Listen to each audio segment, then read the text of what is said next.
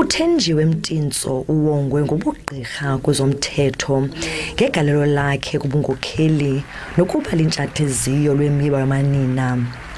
UMtintso waqalisa umsebenzi wakhe yobunkokheli ngonyaka 1972 kwidyunivesithi yaseFort Hare.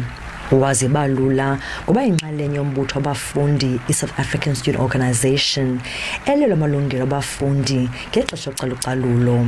Waye wagxothwa kunyaka wakhe wesibini kwanokholeji, wathunyelwa lubhacweni nalapho abalilungu lomkhonto wesizwe.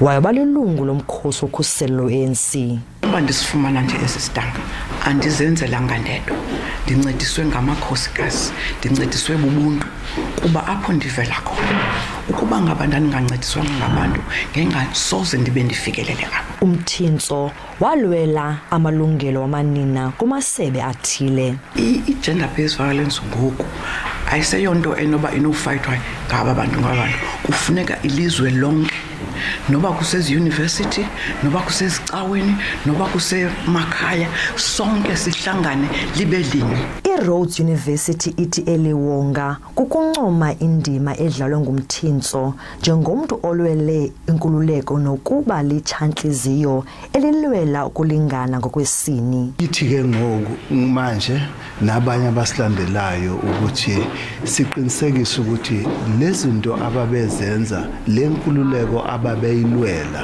iba impumelelo nanokuthi sakha izwe eliphumelelayo. UMtintso uthi abafundi mabaqhubeke besilwa naluphi na uhlobo lokuxhatshazwa ngokwesini.